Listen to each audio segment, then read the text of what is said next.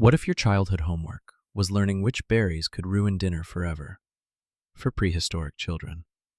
Recess did not begin after school. Their whole world was one giant, risky, muddy classroom. There were no notebooks, but every mistake taught something important. Forget alarm clocks, lunch boxes, and buses arriving 5 minutes late. This child woke up because smoke, sunlight, and people started moving. A bad morning could mean hunger, cold, or a very angry aunt. A good morning meant food, warmth, stories, and not stepping on bones. So why does one prehistoric child's day matter today? Because childhood may be humanity's oldest survival technology. Long before cities, children learned by watching, copying, laughing, and failing. That sounds familiar, except their playground had predators and sharp stones. Welcome to one ordinary day before history started writing things down. Our story begins thousands of years before schools, shops, or written names. The exact time could be the late Stone Age. The place could be a river valley, grassland, coast, or forest edge. Prehistoric life was not one single lifestyle everywhere. Some groups hunted large animals, while others gathered plants and shellfish. Many moved with seasons, following food, water, and safer camping places. A child's world was small, but every corner mattered. There was the sleeping area, the fire, and the tool-making spot. There were adults repairing things, elders remembering paths, and babies causing chaos.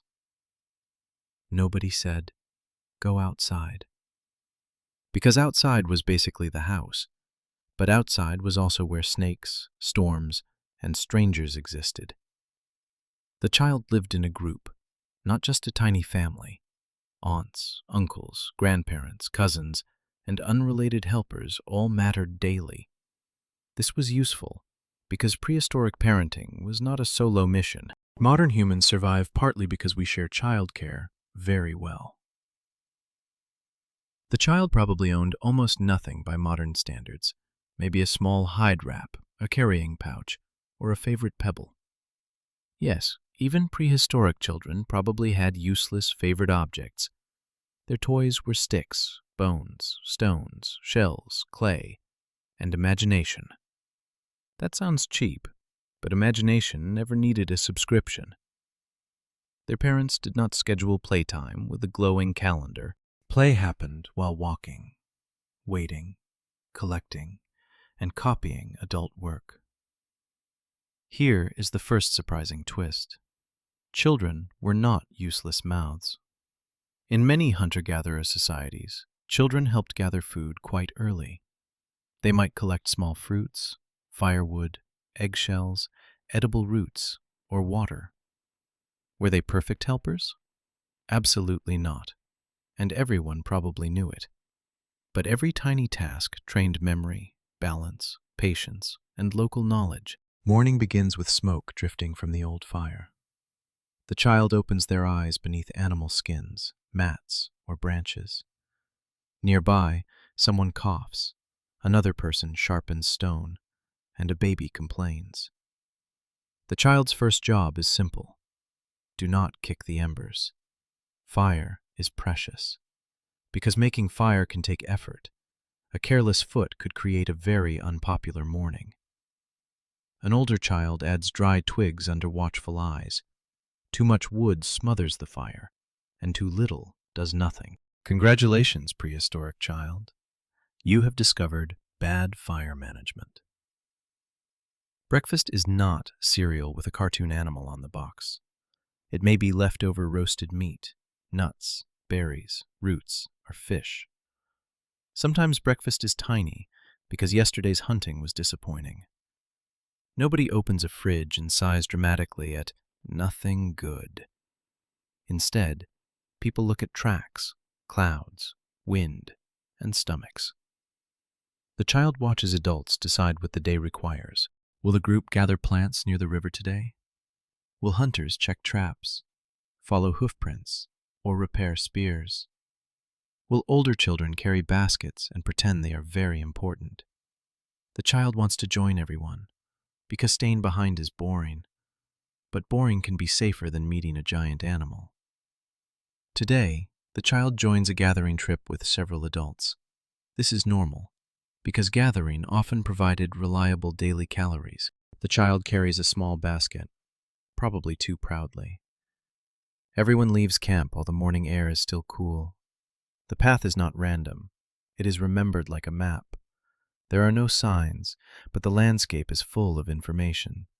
A bent branch says someone passed through yesterday. Fresh dung says animals are nearby, which is exciting and concerning. A buzzing tree may mean honey or 1,000 angry bees. The child asks questions, because children have always weaponized curiosity. Can we eat this plant? Why not that one? Who made those tracks? Why does that bird sound upset? An adult answers some questions and ignores the 20th one. The child learns that knowledge is often hidden inside boring warnings. Do not touch shiny mushrooms unless someone trusted names them first. Do not drink from still water if better water is nearby. Do not wander behind rocks because surprises are rarely friendly. Surprising twist number 2. Prehistoric children probably learned through play. Throwing sticks was not just nonsense. It practiced aim. Chasing each other trained speed, balance, and group awareness. Copying adults with toy spears helped prepare real hunting skills. A silly game could become a survival lesson later. The group reaches berry bushes near the edge of open land. Adults check the area first, because food attracts everyone. Birds, insects, bears, and humans may all love berries. The child begins picking, eating one berry for every 3 collected. An adult notices and gives the ancient parent stare. That stare is older than writing, farming, and probably shoes. The child tries to look innocent with purple lips. Nobody believes this, because evidence is literally on their face. Gathering teaches more than finding food. It teaches seasons, plant growth, sharing, patience, and restraint. Some berries are ripe, some are sour, and some stay untouched. The child learns that hunger cannot make every plant safe. Nearby, another child digs for edible roots with a pointed stick. They strike a stone, not food, and look deeply betrayed. An elder laughs softly and shows the correct angle. Stone Age education often looked like correction without a classroom. The children copy again, slower and more carefully. A small root finally pops free from the soil. Everyone celebrates like the child has discovered a kingdom. In a way, they have discovered lunch. Around midday, the group rests in shade near water. The child washes dirt from hands, badly and briefly. Cleanliness matters, but not in modern bathroom style. People understood comfort, smell, insects, and the usefulness of water. They did not understand germs like modern science does. Still, washing mud off before eating was obviously pleasant. Lunch is shared, because sharing keeps groups alive. A good hunter may fail tomorrow, and a gatherer may succeed. The child sees food move from basket to many hands. This teaches cooperation without anyone saying, "Cooperation lesson." Then comes tool practice, the prehistoric version of arts and crafts. An adult strikes one stone against another with sharp precision. Small flakes break away, creating cutting edges. The child tries the same and mostly creates disappointment. Their flakes are chunky, ugly, and slightly dangerous. But every expert toolmaker was once a terrible beginner. The adult guides their wrist and slows the motion. The child learns that force matters less than angle. That is annoying, because smashing things feels much more satisfying. Surprising twist number 3. Prehistoric tools required real engineering skill. Making a good blade demanded planning, material knowledge, and patience. A careless strike could ruin a stone core completely. So yes, Prehistoric people were not primitive in the silly way. They were experts, using the materials their world provided. The child's small flake becomes useful for scraping bark. It is not beautiful, but it works enough. That tiny success feels bigger than the entire river. After rest, the group turns back toward camp. The child carries fewer berries than expected, for mysterious mouth-related reasons. On the way home, they spot animal tracks in damp ground. An adult crouches and points without speaking. The child sees hoof marks, broken grass, and soft mud. This is not just dirt. It is yesterday's news report. The tracks suggest deer passed near the water recently. Hunters may return later, depending on wind and time. The child wants to follow immediately, because children enjoy terrible plans. Adults say no, because adults enjoy keeping children alive. Back at camp, afternoon work is already happening. Someone scrapes hide, someone twists plant fibers, and someone repairs a net. The child drops berries near the fire and looks heroic. A younger toddler immediately tries to steal them. The prehistoric economy has begun with berry-related crime. An older caregiver separates food, checks tools, and calms arguments. Children are useful, but they are also walking emergencies. The child helps collect small sticks for evening fuel. This job seems simple, until they bring damp wood. Damp wood smokes badly and annoys everyone's eyes. Now the child learns another lesson. Dead wood is not always dry. Soon, hunters return from checking the surrounding land. They do not drag home a mammoth every Tuesday. That famous movie image is exaggerated and extremely inconvenient. Big hunts were risky, difficult, and not daily entertainment.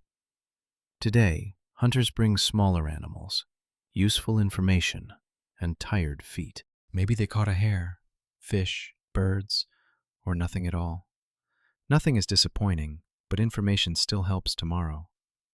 The child listens as adults describe tracks and animal movement. Their voices are serious, but also full of jokes. Humor probably helped people handle danger, failure, and hunger.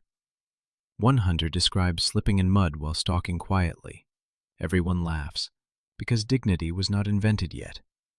The child remembers the story better because it was funny. This is how oral teaching works wonderfully. Stories carry maps, warnings, memories, and group rules. Before writing, memory had to do enormous work.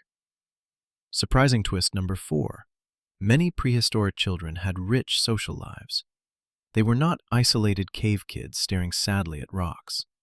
They played, learned, argued, copied adults, and formed friendships. They also watched ceremonies, listened to stories, and practiced group traditions. Culture was not stored in books. It lived inside people. Evening brings cooking, smoke, smell, and gathering voices. Food may be roasted, pounded, boiled with hot stones, or dried. The exact method depends on place, tools, and available materials. The child waits too close to the cooking area. Someone tells them to move back before dinner becomes disaster. They move back 3 steps, which is apparently enough. A roasted piece is passed around carefully. The child gets a portion and eats with serious focus. Prehistoric table manners are simple. Share, chew, and avoid ashes. After eating, someone works on clothing or shelter repairs.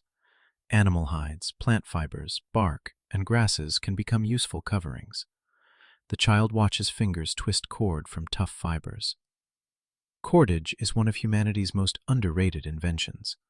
Without string, baskets, traps, clothing, shelters, and tools become harder. A child who learns string learns technology quietly. Nearby, an elder begins a story as the sky darkens. The story may explain animals, ancestors, places, or dangerous choices. It may also entertain tired people after a hard day. The child leans close, because stories make darkness less enormous. Were these stories exactly like ours? We cannot know. but humans have always loved meaning, drama, and exaggeration. Some cave art suggests children also entered symbolic worlds. Handprints, footprints, and finger marks show young people were present. Here is another surprising fact. Some ancient cave marks belong to children. Prehistoric childhood left traces, even without names. Small footprints have been found in ancient muddy surfaces. Tiny hand stencils remind us that children were there too. They were not background decorations in adult history. They were learners, helpers, troublemakers, and future knowledge keepers. But not every prehistoric child lived the same day. Coastal children might gather shellfish and learn tides. Forest children might know nuts, traps, birds, and hidden paths. Grassland children might watch herds and learn distant movement. Arctic children needed cold weather skills that could save lives. Desert children learned water sources, like treasure maps. Another misconception is that prehistoric children only lived in caves. Many people used temporary shelters, open camps, huts, or rock shelters. Caves preserve evidence well, so they look more common. Archaeology sometimes shows what survived, not what happened most. People also think prehistoric life was constant misery. It was dangerous, yes, but also social, skilled, and meaningful. Children probably laughed every day, because children are stubbornly funny. A stick can become a spear, horse, snake, or royal staff. A mud puddle can become science, disaster, and entertainment simultaneously. Another strange truth is that children may have taught each other. Younger children learn from older children, not only adults. This saves adults energy and creates extremely confident older siblings. Some experiments with stone tools show learning takes long practice. That means prehistoric children likely started observing skills very early. Childhood itself may have grown longer as human learning became complex. A bigger brain needed more time, food, protection, and teaching. That is expensive. But it pays off with smarter communities. So a prehistoric child was not merely surviving. They were slowly becoming the group's memory for tomorrow. Night falls, and the fire becomes the center of everything. The child's day ends where it began, beside warmth and voices. Their body is tired from walking, carrying, watching, and asking questions. Their mind is full of berries, tracks, tools, and stories.